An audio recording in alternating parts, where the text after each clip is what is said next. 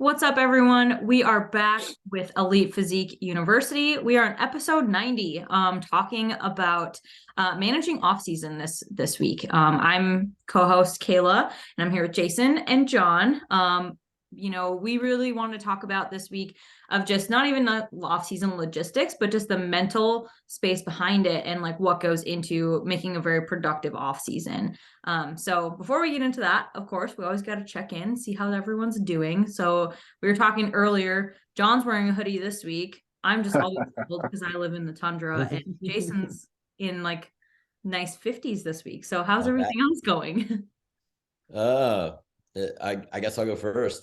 Things are good. It's been a minute, I think, since we've all caught up. I had the team meeting. We had our whole brain trust in for NuEthix.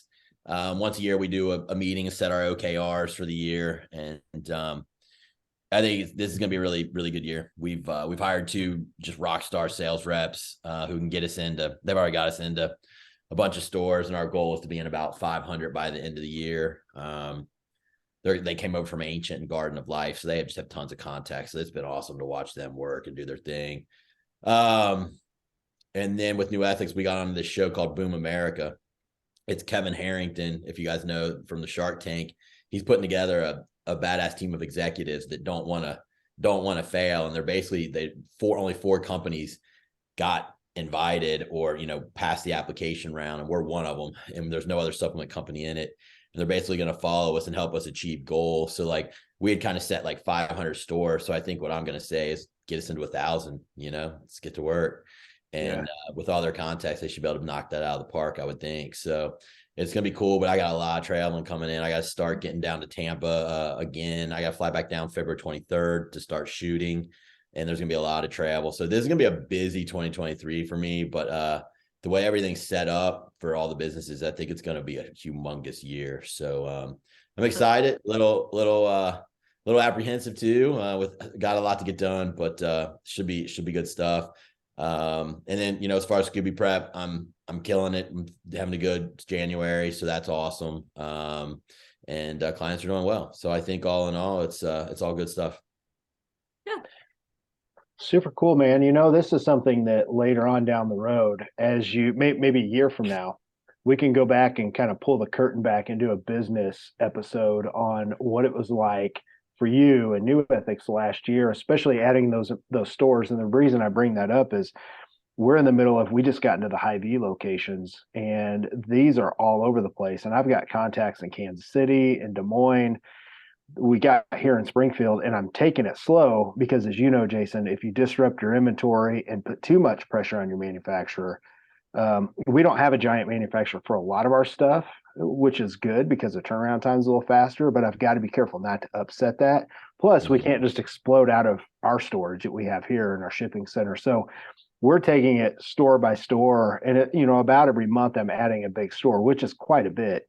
And our goal is to, eventually be in all the HyVees around the Midwest. We've got price cutters we're already in, and we're really kind of pushing the gas pedal down on these wholesale accounts, which is what Phat Muscle is for NuEthix. I think the last couple of years we were your highest retailer. So it sounds like we're not going to be your highest retailer anymore because you're going to have a big chain, which is cool. Yeah. But that's what we've been busy with. But the main thing is this weekend, of course, this will air later, but this weekend we have our Phat Muscle Academy and our coaches and awards dinner. And I'm bringing in our whole team of coaches and all of our staff. There's about 25 of us total.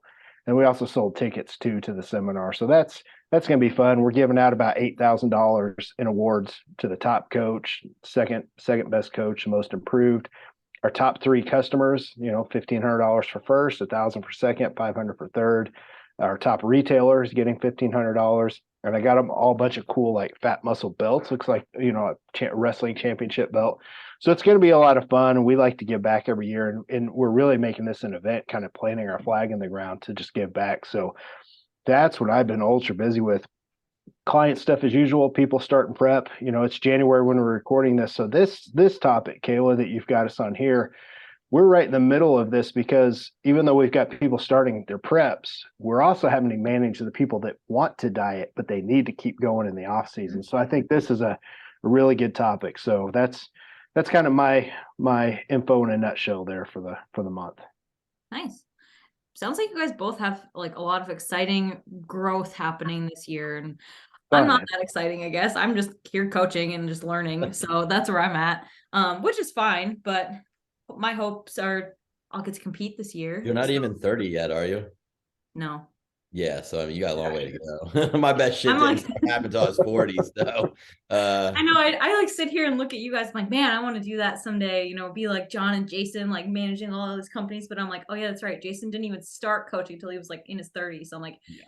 just settle down. But I'm just impatient about everything. And when I get an idea, Hey, I want to nothing like, wrong with it. Nothing wrong with it. But yeah.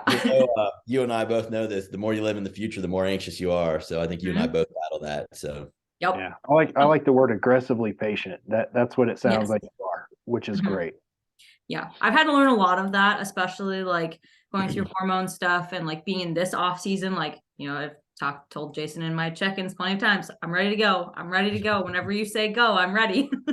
But we're just taking it slow, which is kind of nice, like that we're going over this topic today, because I can kind of put some of like my own insight into it because I'm going through it right now.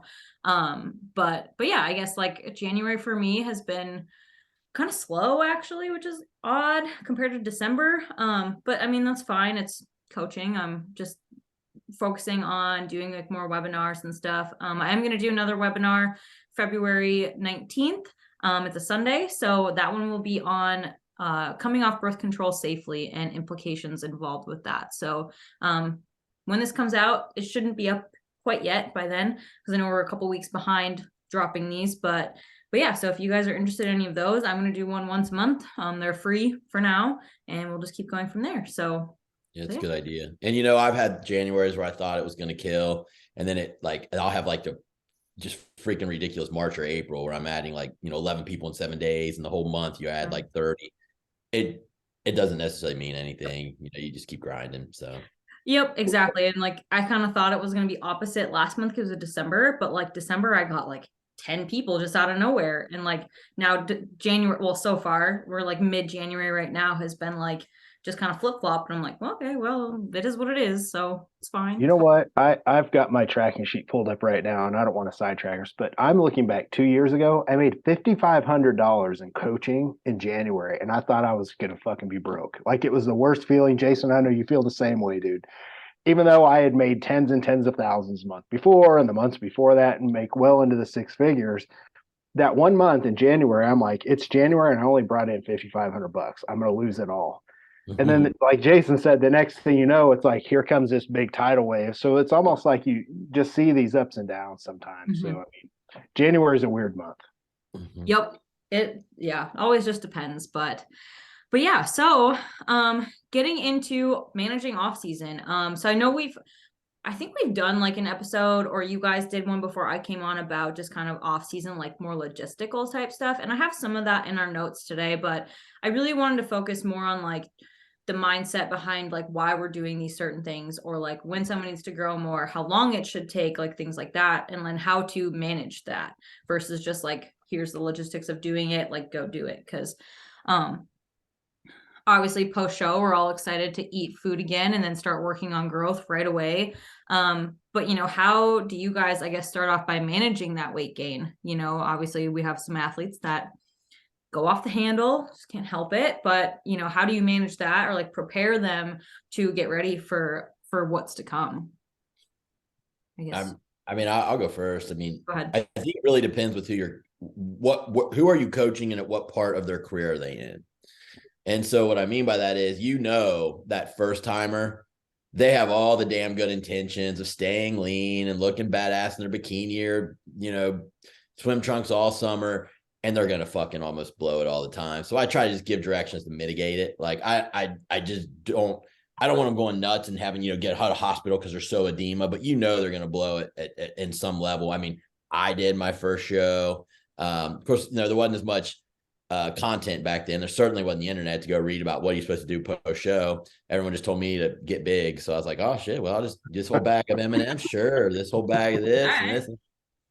So, but my point is, I really like to see someone kind of, at least Sunday, I'm like, listen, have a good breakfast, go get some pancakes, maybe in the middle of the day, kind of bring it back down, have a good meal, and then maybe go have dinner with a family member on, Sunday night. was like, by Monday morning, you should really start to at least be reeling it back in and trying to eat your meals. You're going to fuck up, no doubt. And someone's going to ask you to go to dinner on Tuesday, and you're going to go because there's no pressure to be in your underwear on a stage in front of thousands of people. And that's cool. Go, but practice what we've taught you. You don't have to stay stage lean. We got to get your period back. If you're a woman, no matter what, you're going to gain some weight. So I kind of educate them.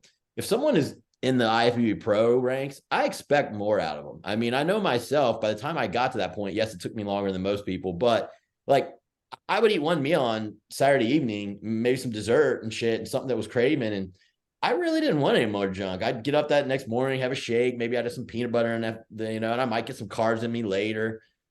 I just would stay lean and kind of just reverse it out the way you should. But that's from years of doing it. So I think it depends on who the person is if we're talking post show, but you as a coach have to give some direction there. And also give some leeway too, because they are not going to be perfect, and nor should they. But it just depends who you're coaching, in my opinion. 100%, man. I agree with that. The seasoned competitors, not just seasoned as in like successful, but people that have done it multiple times and they've got a training age that's up there and they've done multiple shows. They're the type of people, they've experienced that first year, all right, I'm just going to fucking blow it type thing, right? And it doesn't feel good. No one likes that, by the way. So they've already been through that. So I'm with you, Jason. I expect a little bit more out of them, and I always give the same direction. I let them eat on Saturday night, obviously, and Sunday, kind of the same guidelines you're talking about. And then Monday rolls around, I say, hey, I want you to go ahead and nail your food for a few days. Let's let your digestion chill out, because most people their digestion's going to be off, right? Let's up your water. Let's get a little bit of the bloat off, get back to feeling good. Because a lot of the times when someone does blow it really bad, they email you Monday and say, I feel nasty. Well, up your water. That's going to help with that. Maybe even take a natural diuretic. Get things moving. And then by Thursday, I'm looking to start adding food for them. But I also tell them that week, I'm like, hey, when you go in the gym, just go have fun. Go get a pump and have fun, 30 minutes in and out. Like, you're going to like how you look because the pump's stupid. You've been flat and really hard to get a pump. So just go have fun. And then Thursday, we're going to add some food. And that's kind of my direction for most people. But the more advanced people, I don't really have to tell them much. I tell them to eat a little bit. And then Monday, let's start talking about finishing a deload, or let's start talking about the next steps and we're going to get into it here about healing and all these different things. It's a lot different than I did in 2012, for example. Show was over. I'm like, let's start freaking training hard and pushing and, everything we just didn't know really back then. So that's my general direction. Mm-hmm. Yeah, I would say I do like all the same things and stuff. And I actually have like quite a few new athletes competing this year for their first time. And I've had a couple last year too. And I guess the thing that I've found is like, no matter how much I try to prepare them for how they're going to feel and like what that like hunger is like post show, because that goal isn't in front of you, it doesn't matter. Like, they have to go through it themselves, and they do have to kind of fuck up a little bit to understand like what's going on and like where they're like their threshold is, because everyone kind of has that one point too where they have this one story where they really screwed up really bad and they're like, yep, never did that again, whether it did make you sick or something. Not to say that everyone should get sick by any means, but you kind of feel just crappy when you do it. But then myself, as I've gotten older and gotten more through competing and stuff, like Jason said, I have my one meal, dessert, maybe some breakfast the next day. And then I'm like, all right, like, I'm ready. Like, let's just get back on, because it just feels good, and it's routine and stuff. And so it just takes time to go through that and preparing them as much as possible and letting them know too, that it is okay to mess up, that I'm not going to judge them as a coach, that they can just jump right back on, and I'll just be there to be like, all right, let's just get back on track. Like, there's nothing about like, we're going to overcompensate by any means. That's like the biggest thing that I look for too, with my athletes. So, then going into like getting through a health phase, because lots of people, especially females, like Jason mentioned about getting their periods back, going through a health phase, about how long should that take normally? I mean, so I take precautions during the diet. I'll use like our Jumpstart a lot of times throughout the diet, and believe it or not, bloaties, because of the ability to keep the immune system from becoming overactive. and just kind of keeping toxins out of the body, it actually will support hormones a little bit better. So you use those two, and I pretty much can get a period back in like 4 weeks, pretty much with most females. I would say though, I've seen it take up to 6 months if really no things are, being taken to get it back. But either way, whether you get it back or not that quickly, my health phase usually is at least about 8 to 10 weeks, meaning I'm gonna keep training low for a while. I'll finally start ramping it up. I make sure the period's back if we're still talking about women. I make sure calories are at a good spot before I would ever like take the governor off and say, let's push again. I make sure I have at least 2 periods if we're going to, if PEDs are being used for off season, things like that. As far as men go, men natural athletes, I'm going to give them a pretty long health phase as well to get everything back online. And it's the same thing. We got to get the body fat to a workable level where they feel good and where they can, start producing testosterone. I've seen a lot of natural men just stay lean, and their hormones are not going to come back. Like men need some body fat too, now if you're assisted, it's different. You're taking a hormone. So yeah, you can stay leaner. And I'll be honest with you, I've had a few like guys post show who are on PEDs who their prep wasn't that hard. It wasn't that long. Their body wasn't exposed to androgens that long. I let them extend it past to get a little bit of growth for like 4 weeks. And then we went into a health phase. But if I had someone who's a 20-week dieter and they've been on PEDs the whole time, we're going straight into a health phase and pulling everything back and, deloading and all the 9 yards. So I guess it just kind of depends on that length of time for everyone. But I think at least 10 weeks for sure. And then we'll see where we're at. Most of my athletes these days are natural. So it's always that, that first week back is typically a deload, even though they started to kind of deload towards the show. The stress was still kind of high because it's just the nature of a show. So I like to really start that deload the next week. And the last few years, I've really started to recommend just training in the higher rep ranges, cutting their body parts back to maybe once a week and cutting down. Somebody at the end was training 5-6 days a week. I might cut them down to 4 days, 2 upper, 2 lower, do some high rep, give the CNS a break and let your joints recover and just go in and get a pump, because the high rep ranges are not as hard on your CNS. And also what I found was too, when you're doing the higher rep ranges like 15 to 20 and 20 to 30, there are those phases we just talked about earlier where people are going to eat off their plan. They're going to mess up. When you're a little bit more depleted, you have more room to be able to eat a little bit more food if you want to. So I don't like to tell my clients this, even though now they're going to hear it on this. I know it's kind of a built-in system to where if they're training higher rep, they can get by with a little bit of extra carbs here and there. You know what I mean? But if they were training 5 to 6 rep range, you're not going to be as depleted. So I like to keep the rep ranges up for a little bit and just let them heal. And I like to give them 4 months and then we check labs. I don't start any kind of overreaching or any kind of super hard pushes. Everything comes back good on labs. Then I start, let's go back to 5 days of training and body parts twice a week and whatever we got to do to bring you up.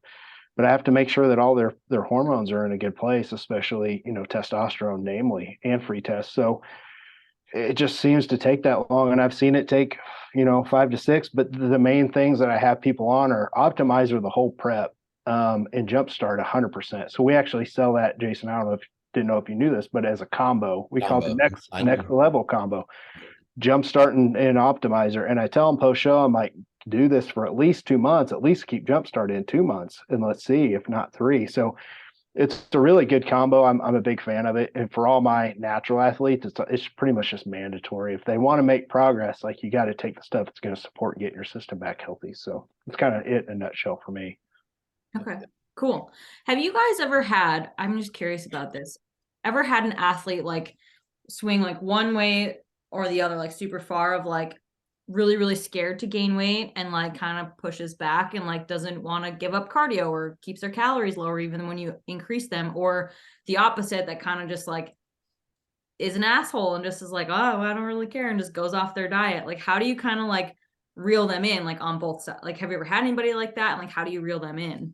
I mean, I've had way more assholes than I've had people that are like, once they get to that into that show, anybody who was like, yeah, I'm going to stay real lean and blah, blah, it almost never happens. Those are the talkers. It never happens. Like I said, the pros can pull it off, but I've had more of the assholes. So, you know, it's one of those things. I just kind of say, listen, do you want to be better? You obviously like the sport. Are you going to do this again?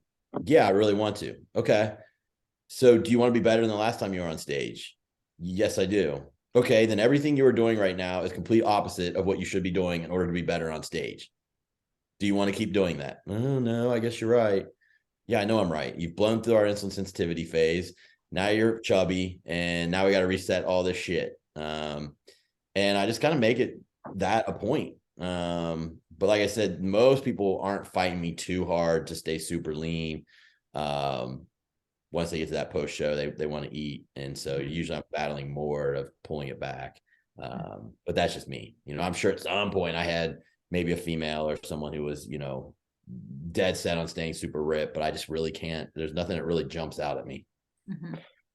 I had just this past year, I had a female bikini competitor. It was her first time. She did really well. Won her novice and open classes, like did really good.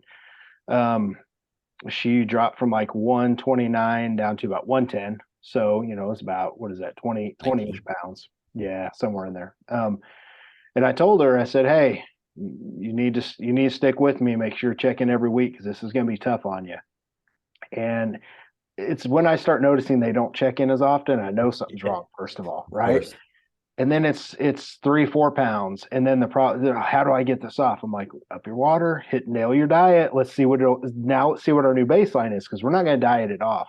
So I find myself having to constantly educate and tell them, and that's my job as a coach. But you know, over time, this girl, and she's a great, I mean, I like her a lot, but she just kept gaining, be 3-4 pounds every check-in. And she's saying, hey, I just can't stick to my diet. And the next thing you know, she's back up to where she was in like 6 weeks. And, you know, I told her she could have been a little bit leaner. So for the pro stage, like she would need to be like 105, 106, just the way it is. I said, hey, I want to keep you about 15 pounds from stage because it's just going to make your prep easier next time. If you get up into the 129s, 130s again, it's going to be a long process. And we're trying to improve your physique. So let's try and stay just a touch leaner. Well, long story short, you know, she got well up there and she just haven't heard from her in like 2 months now. And it just, as coaches, I'm bringing this up because we have coaches that listen to the show. You're going to have clients that go through that. All you can do is do your best job to educate them and keep talking, trying to talk them through it. That's our job. That's what we get paid for. If they quit on you, you've got to remember, in this soft ass society, they think that it's your fault because you didn't go check in on them and hold their fucking hand and all this stuff when you're doing your job educating them. So I've had people say, hey, can I have my money back? Can I have this and that? I'm like, fuck no. Like this, I've got this spot reserved from you. I turn people away. It's not my fault you're not doing your job. So you've just got to remember as a coach, make sure you cover your ass, do everything that you're supposed to do and educate. And sometimes it's just going to happen. And it sucks when it does because you always feel bad, but it just is what it is. So I've had that. Yeah. I mean, at the end of the day, like John said, there's one way to sum it up. You got to just keep educating them as a client. You know, my way is to kind of say, do you want to be better than last time? You can't, you know, there's insulin sensitivity things. There's issues here that you're kind of screwing the window here a little bit. So yeah, exactly. And I think it's important that like competitors know this too, because there's so much that goes into it with like emotionally of like, especially being a female and like seeing your weight go from like down, down, down every week to going up, up, up. And now you're like, yeah, I'm ready to gain weight, all this kind of stuff. But then you're still like kind of fighting with yourself of that. And like, there's this whole mindset that females need to be within 10 pounds of stage weight. And that is like complete bullshit, unless you're like a pro and you're like at your peak. growing. Yeah. You don't need to grow anymore. But like, I know like when we set last year, 2 years ago now, when I got off stage, I kind of was like, what do you know, I'm just curious, like, what do you think I'm going to be at, you know, off season? And I remember you said 125 and kind of blown that out of the water. So there is really no expectation, just as long as you follow your plan and like work on just like having some of that balance in your life and not overdoing it, because right away after the show, you are going to be way more sensitive. And like, if you go out to eat, you're probably going to gain like 4 pounds. And that's like, oh shit, like it's kind of scary. And then eventually it levels out. You just have to keep on like the plan. And like, if we reacted emotionally, a lot of us would probably just like compensate for it and be like, oh no, like I'm not supposed to be this heavy and stuff. Like John's client, like that happened, and then they end up just kind of going down this rabbit hole, and then it just stopped checking in, and that's really sad. You know what? For females too, it's one thing when a guy is completely shredded and you start to fill back out and you go through this certain little phase to where you just look fucking great. You know what I mean? Because you're not stage lean's hard unless you have a lot of muscle. There's this period of, you gain 5 to 10 pounds where you just look freaking great in the gym, right? Super vascular, and you're filled out, and you still have some abs, and you just look good. And guys experience that. I've noticed for girls, because their body fat doesn't get as low unless they're, bodybuilders or women's physique. They go through a little short phase, and then the next thing you know, it's all like a black eye almost. Like they're seeing all the little bitty, cellulite start to show up on the butt and stuff like that. Guys don't really go through that as much, and I think it's harder for women. 100%. I can be sympathetic with them for a little bit. It's a little harder for them. They don't get that little phase. Us guys get to have fun for a little bit. So there's a difference there. Yeah. Well, for sure. And, it does take a long time to get guys' hormones back for sure. So I wouldn't say that it doesn't. I've seen 6 months, but, women, we have to restore that period too. And so there's a body fat for sure that has to come along with that. And every woman is different. And so that's why I don't really like to set a range, because first and foremost, I got to get those hormones back, or else they ain't going to be around here very long in terms of competing. And I feel like a man's body is a little more resilient to that whole thing.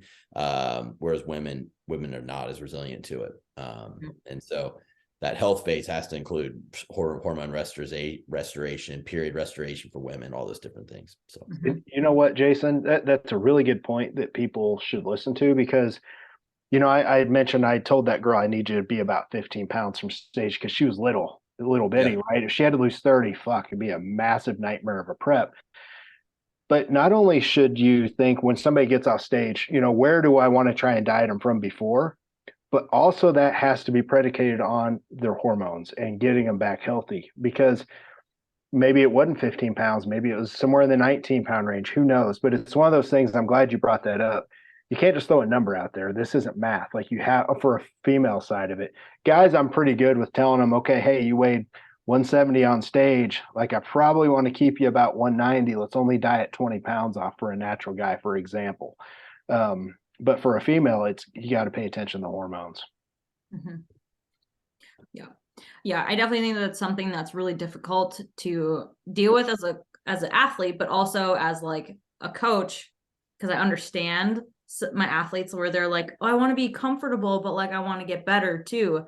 So it's like that point of like discomfort, like how far can you push them to a discomfort level where that like they're not just going to be like, my coach made me fat or something, because they feel fat, but they don't look bad. Like, they're a little fluffy, but as a coach, like that's our job, but it's hard to get the client sometimes to trust you to be like, I'm not going to let you get fat. Like, as long as you follow the program, you'll be fine.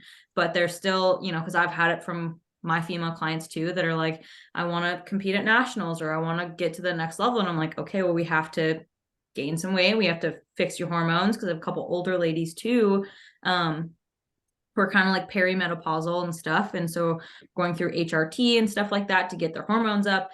And there's just this like period of like really bad discomfort. And I went through it too, where it's like you reach this new body weight and then you're like, oh man, I've never been here before. This is kind of really weird. And you look just kind of like fluffy and soft. And then you got to sit there for a little bit, and then your body like grows into it. And then like 6 months later, you can be the same weight, but look totally different. And that totally happened with me.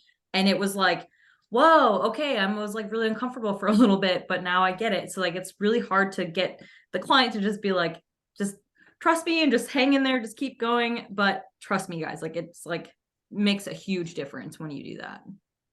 Are you, Jason, especially you, what I'm seeing is the longer my athletes spend off season, and the more seasoned they are, the better they start to look. So, when a female, I'm talking about females especially, when she gets off stage, you go through that growth phase, like it just seems like it's body fat, but you're always watery everywhere. And you know what I mean? Just bloated, right? And then you go through this phase, hormones get better, and then you start to look good at the same weight. And then I've noticed when especially natural females take 2, 3, 4 years off, they look way better like 4 years later at that same weight. They look leaner. They have a little bit more muscle. I've just seen that. And to me, it comes back to not just adding new muscle, but also letting your hormones be in a good place for quite a while. So it's one of those things that seems like, cortisol is higher when you first come out of a show and all those things. You just see the look on people and then it starts to settle in. I saw this with Leslie for a long time. She competed a lot from 2007 to 2011, 12. And then when she started taking those long off seasons, now she just looks like a beast year round. Like the last time Jason, you did her prep was in 2020 and COVID kind of shut that off. But I mean, dude, she's only like 6 pounds from getting on stage and she just has not dieted. She just trains and eats a lot. And I've just seen the longer people can stay with dieting, the more they kind of settle into that little bit leaner body fat set point. Have you seen that? Somewhat. It depends on, the person. I think it requires a dogmatic approach to your off season, right? It's not going to happen unless you're hitting your 5 to 6 meals and getting your protein and so not everyone can stick to that. But yes, those that are consistent, time away from stage, get their hormones right. Yeah. I mean, that's kind of, unless you're a crazy genetic freak, that's kind of what happens to a lot of us. I mean, if you look at my 200 pounds from age 30 to my 200 pounds now at 45, like the body composition of it's completely different. And that's just from years of consistency. So, and then, I mean, I'm one of those people that don't compete every year. I never did. It was always, I'll take a couple of years off, enjoy life, then I'll come back. And so, yeah, I mean, I've definitely seen it with consistency, but that's kind of the name of the game anyways, right? So. Right. Mm-hmm.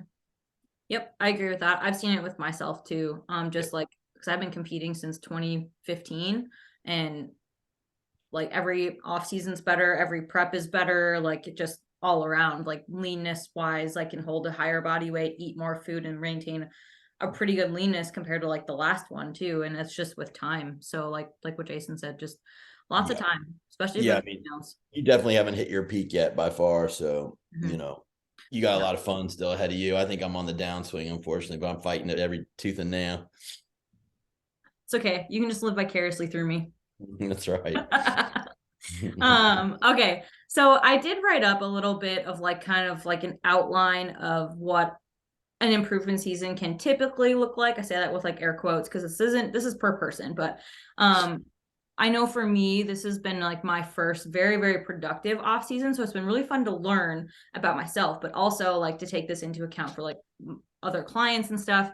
So I guess like off season can be really ominous and people are like, I'm ready to compete like next year already, but like they have to grow and stuff. So how do you guys like break it down for them and set mini goals like the health phase and then like, okay, we're gonna do a health phase, then we're gonna do a push phase, not like necessarily timeline, but like to make sure that they're still focused on that goal and stuff. Do you break it into phases for them or explain how to do that? Or I guess, how do you go about that? John, do you want to start with this one? Yeah.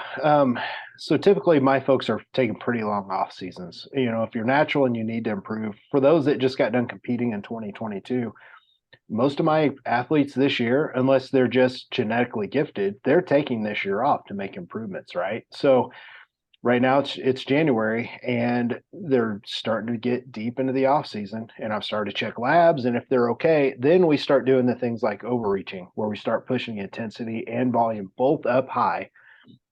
So you get to the point to where you overreach and then you take a deload and then you reset and you try and get stronger each 5 to 6 weeks. We've covered this in a past episode on deloads and overreaching and stuff like that. So it's kind of a same approach powerlifters use to get stronger. I start doing that after the health phase is over, the recovery phase, so to speak. So it helps break those up when every 4 to 5 weeks, make sure you're getting stronger, you have a deload, and I'm adding food in these pushes. So I'm constantly adding food and we might tweak some volume here or there, but really it's kind of set. And then you get to the point where, okay, now it's time for a mini cut, more than likely, or an insulin sensitivity reset. Same thing. I was just going to ask that question. Yeah. So then I'm always looking for a place for that for most people, because they're going to need to, if you've been pounding carbs for 6, 8, 10 months, you're going to need to cut it back a little bit. So just a real quick, probably like 4-week mini cut, drop carbs down, maybe raise fats up or just drop carbs to pre and post. It depends on each person. And then we come out of that and then we go back in and we start doing overreaching. And so I've got this broken into phases. And then, of course, it leads into pre-prep and then a prep. But it really just depends on how long you need to extend things out. And it does get pretty boring. It does get pretty monotonous. And if you're listening and you're that person that says, oh, I hate off season, you're never going to make it as a bodybuilder, because bodybuilding is the most monotonous, repetitive thing, because that's what gets you results. You keep chiseling away at the stone until you have a statue. And that takes, Jason, I think you say it's Groundhog Day. Wake up, same shit every day. That's what gets you gotta there. love that if you're going to be a good bodybuilder. Yeah. Unless you're freaking nature and you just dominate and you're a pro in the first year, which happens to some people. Otherwise, better get ready to buckle in and strap in. So yeah. And then Kayla, there's things in there too, probably labs every 6 months at some point to make sure that they're still on point if they're natural, make sure all these things are happening. So other things that people can do in the off season that don't have to do with all that stuff is go to seminars, like go to events, go to be around other people that love bodybuilding. I know I got a buddy of mine, he's a client, his name's Chris. He's getting kind of tired in the off season. Didn't have a lot of people around him. I said, hey, why don't you come to our event this weekend? Immediately stoked his fire. He's coming. You've got to get around other people that like the stuff you're doing, because sometimes this can be a lonely endeavor if your family doesn't do it. You don't have a lot of friends that do it. So get around other people like us that do it. And it's a nice shot of motivation. I think too that I'm glad you brought that up, because being in off season, like you said, can be really monotonous, but this is where you really make progress. And if you nail your off season, and I don't mean nail it as eat every single meal exactly on point, because you got to have some balance too, have some fun, have some drinks with friends, go out and whatnot, all of that stuff. But at the same time, if you're consistent and just let time go by, you'll make progress. And that's where it all happens, is the off season. And a lot of people are always especially newcomers to the sport, are very focused on the prep, because they see what happens when you get on stage. But in order to get on stage and get better, you have to make improvements in the off season, and that's how you do it. So, and this is, I just didn't know when I first started, but when I went into off season, I just kind of started eating how I was before, and just kind of trained when I felt like it. And then I was I made a little bit of progress, but it was because I was new. If I had something of as focused as I do now, it would have been different. But at the same time, you got to have leeway as a new client. But surrounding yourself with people that do this similar thing, social media has all kinds of people around now that you have access to. Most people in the industry are very nice. You can send them a message and just talk to them, or find a Facebook group or something. But like John said, events, go to the Olympia, go to your local show. I help out with the local shows around here as an expediter when I'm not competing and stuff, because it's fun. It's, now that I'm a pro, I'm want to help give back to the NPC shows here too, and make sure that new people coming in can see pros are here to help, that we don't just get our pro card and see you later, bye, because that's where I started. So stuff like that, and it just makes it more fun, at least for me anyway. So that's kind of how I keep my mind focused. Yeah. Also, if you're a coach and you have clients that do shows, and you can do it, you can make it work. Probably the best thing I ever did was go to almost every show I could. I was fortunate because there's a ton right here in the Midwest. 2 hours away, I've got shows everywhere, so it's easy for me. And back in the day, when Leslie and I were together doing this, we would both go, and I remember how it kept my motivation going. I'd see everybody on stage, my clients on stage, and then you'd be back in the hotel, and you're going to sneak a look. So you're checking yourself to see how you're looking, because you just saw a bunch of people on stage, and you're training in between shows. Shows can also help motivate you. Just don't let it try and spur you into hurrying up and dieting down. Just remember what you're doing, because it can have the opposite effect. But surrounding myself with my clients is what I'm trying to say as a coach. And we would have big get-togethers. Giant, which end up turning into seminars and stuff. But big get-togethers, invite all your clients together to the gym, and everybody have a workout. Buy lunch for everybody. Just do it. It creates community. It's good for business. But there's all kinds of stuff that you can do to be involved. Don't be lonely in this, because it is really hard if you're the only one. Yep. A lot of that is fun. I'm actually going to Omaha Pro in June, first weekend of June with two of my girls that are competing around here. So, and then we have another one in the cities we're gonna go to and stuff, and it's fun because we all get to go together. Go to Bob's. I forget there's like some gym. Omaha. Yep. There's a gym there called Bob's something. Yep. You have to go. He bought out a whole mall and made it a gym. Cool. It is the baddest at, like, you're gonna be like a kid in a candy store. It is amazing. It's called Bob's something. Just someone will know, or you can get online, you'll find it. It's Bob's Fitness. I don't know, but it's Bob's something. It's freaking crazy. Tell me when you go there. I've got clients and good friends. Elena, she's a figure pro world champion, actually. She trains there. I'll hook you up, and it's a great place. Like, you're gonna love it because it's not just bodybuilding; it's powerlifting, it's strong, it's like everything. So yeah, it's fucking crazy. Yeah. I mean, part of the great thing about traveling too, like, that's the other thing, is like you get to go see some pretty freaking awesome gyms, and like that's what I love to do when I go travel. The first thing I'm doing is like, all right, what gyms are in the area? Like, who knows what gym is here? Like, that kind of thing and stuff. So, and if that's not motivating, like, I don't know what is. And like, it's also kind of cool. Like, I'm sure like you guys get this too. Like, you go places and sometimes people like know you from Instagram and they come up to you and they're like, oh, hey, I saw you on this or that. And it's kind of like, oh, well, that's kind of cool. Like, I didn't really think I was like that famous, I guess, but it's kind of fun. So yeah, but all right. We got kind of off on that one, but I was just going to bring it back together and say, for me, I kind of follow, like, you come off of a diet, whether you're a competitor or not, there's going to be a health phase. And then, we're going to push into grow and improve. And during that phase, I'll set mini goals that are mainly usually body part specific. If it's my bikini competitors, it might be upper glute, it might be lower glute, it might be shoulders, and so we're working on that with training. It might be back, it might be shoulders for my figure girls. Maybe they need more sweeps. So we're kind of like analyzing those things if you're a competitor and setting those goals.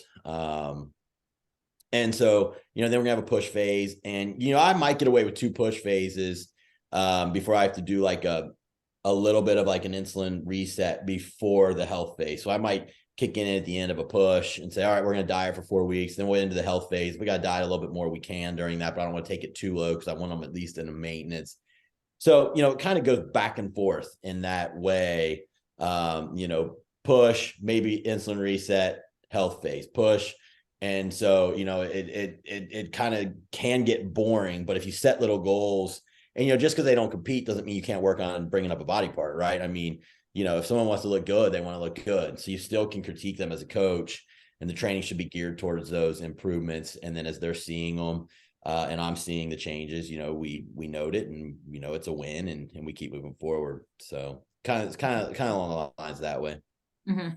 Some gives them something else to focus on other than just the scale going up in weight. Like, that, even taking it away sometimes is a really good idea if you're just having really 100%. Bad troubles with that. Like, because stressing out about it's not going to help anything, and if anything, it'll deter progress. So early in my career as a bodybuilder, I would chase the scale. So if it wasn't going up, I'd push more food, and God, was I a bloated mess, because it takes a lot for me to grow. And I finally just realized, like, just look good year round, train right, master the training, get the food in that you need to be in a surplus, but you don't have to chase the scale. Like, you're only going to add so much muscle as you're going to add. And once I finally got that through my thick head,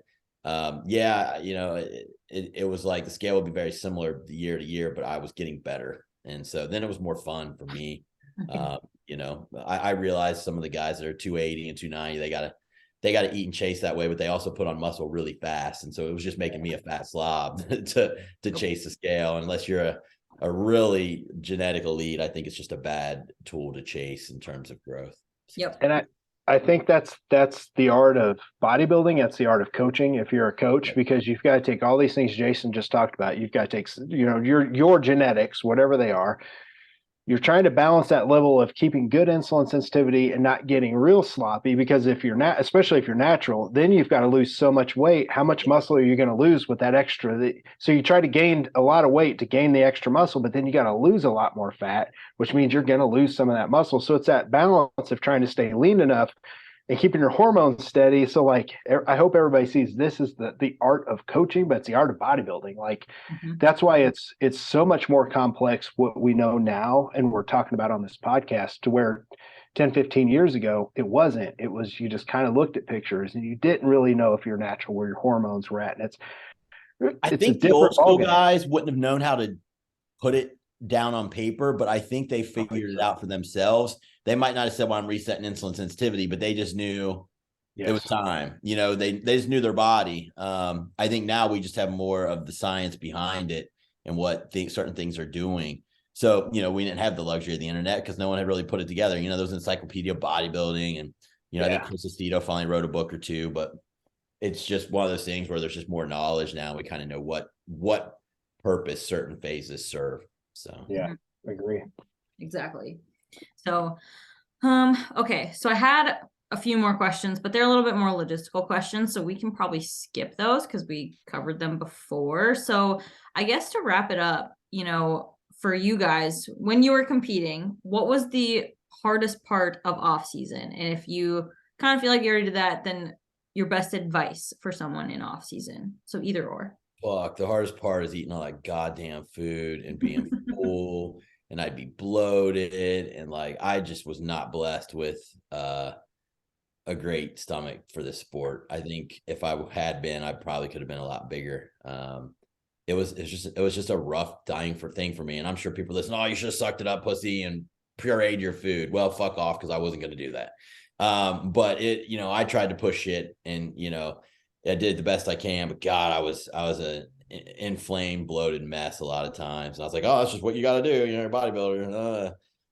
So I would say, you know, getting a surplus, learn how to train properly with intent, and you'll keep getting better. But, you know, truly force feeding does not make a better physique. So I like that.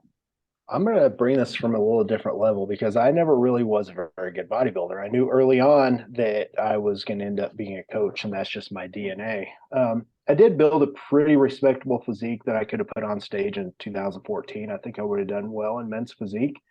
My stage weight was up to, I calculate about 180 is what I would have stepped on stage at, which is a lot better than 155 back when Jason and I competed. So that 5 years off, like really, really did me well. But the thing with me personally, so I'm only going to speak to some people that are like this. Once I had experienced competing multiple times and doing things a few times, it generally wasn't exciting enough for me because I was always going to be just that average to maybe above average bodybuilder. No matter what, I wasn't going to take a massive amount of drugs. And even if I did, I wasn't going to look like I needed to look to actually be at this super high level. So to me, it kind of got to where it was kind of boring, but I was already prepping so many people at that point that I'm like, okay, so I'm just going to have to really struggle through the hunger to get up there and look decent. You know what I mean? Like, I'm not going to take it to the IFBB or the national level. Like, so to me, it was kind of that aha moment. And a lot of people, you don't get that till you've been doing it for a long time. So I was very self-aware at that point. I thought, you know what? It was kind of like powerlifting. I did 4 meets. I'm like, fuck. So you mean I just got to try and get stronger and like beat these 3 lifts? All right. Well, that's kind of boring. So to me, it wasn't enough of a challenge with something new. I'm always trying to experiment with stuff. So that's a little bit different for me. And that's why you don't see pictures of me bodybuilding, because I kind of lost it. Now as a coach, I got that excitement. I had all these different people to prep. So that's where it kind of, I got the bug. So maybe somebody out there listening, maybe that reflects how they feel. So that was mine. That's a good one. That's a good one too. I guess for me, like going through this off season, I'm still going through it, is just probably the hardest part is just like being in my head about it, of like, I like feel ready, but like, am I going to be big enough? Am I going to be like stand out on the stage? Like, am I going to like, you know, going into from amateur to pro, like I knew I needed a long time off and stuff, but that's probably been the hardest part for me, is just that. But like Jason said at the very beginning of like, if we focus on the future, then it's just like horrible. So I just try to remind myself to go in every single day of like, okay, what do I need to do today? And I do it with intention, whether it's drinking water or like if it's a rest day and I just need to like get rest. That's what I try to do. And it goes faster than you think. So, I mean, we're already over a year and a half off season. So, and this has already flown by. So it's only going to be a little bit longer. But yeah, I guess that's like my biggest thing is in the off season is just like not letting yourself get in your own head that's my biggest thing. Making your pro debut, that's a normal feeling.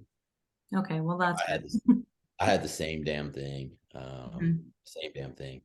And I remember I went out to Venice, and trained at Gold's, and I was in prep for my pro debut. And I thought, man, I'm gonna go in here and I'm gonna be dwarfed by everyone. They ain't gonna even look twice at me. And I had guys coming up like Tito Raymond, like, who's this dude? Are you competing? What do you do? And then Samir Banat was like, man, 5 pounds off, and you gotta get on a show now and get on a stage now. So like I ended up like making my prep. I'd got on stage three weeks early and did a show down in Florida. And I'm blanking on the name. It wasn't the Tampa, but whatever the other Hurricane. Yeah. And I took 5th, and there was some really good bodybuilders there, some guys from Spain and shit. And I was just like, damn, okay. But I thought, I was going to do a couple and probably suck, and I was going to be hit. So I don't think you're ever going to get away from that, but just use it as fuel. Yeah. I definitely have had the mindset of like, don't worry about everybody else, because if you do that, you're already worrying about an outcome that hasn't happened yet. So just worry about yourself, stay in your lane, and just do your thing. And if you do your absolute best, and you can't be disappointed no matter what happens. And most likely, if you do work hard every single day, like the outcome's probably going to be like pretty good, as long as you have a good coach that you trust and that, you follow it and stuff, everything's going to be just fine. So yeah. If there's one thing, I know we're about to end, if there's one thing I could say that just made me think of, if I could have everybody just take this with them, if you can just enjoy every single day, be glad that you've got your food prepped, that you're nailing your macros, that you get to go in and train, and you get to get a little bit better every fucking day. It's a tiny bit because that's bodybuilding. If you can enjoy that and be thankful for it, you'll enjoy the process. And I think too many people get so anxious because they're not where they want to be, because it's like Jason, you said, it's down the road. They're looking so far down the road, they're not seeing what's right in front of them. And right in front of you is the daily stuff. And when you look back, this really is this is where you feel the best. This is where you're strongest. And people fret over what's down the road. They need to focus on right now and enjoy it. So please just enjoy your preps, folks. This is fun. This is the fun part of it. Just enjoy it. And that's exactly what bodybuilding is constant improvement, and there's never perfection. So don't chase it. So, all right, guys. So that wraps up this episode. We have quite a few guests coming on in the next few weeks, so you guys should have a lot more coming. I believe it's just us next time as well, but then after that we have a few guests lined up, so keep an eye out for that. Please, share our podcast on your stories, tag us in it. We love to see that, and we'll see you guys next time. See you guys. Bye.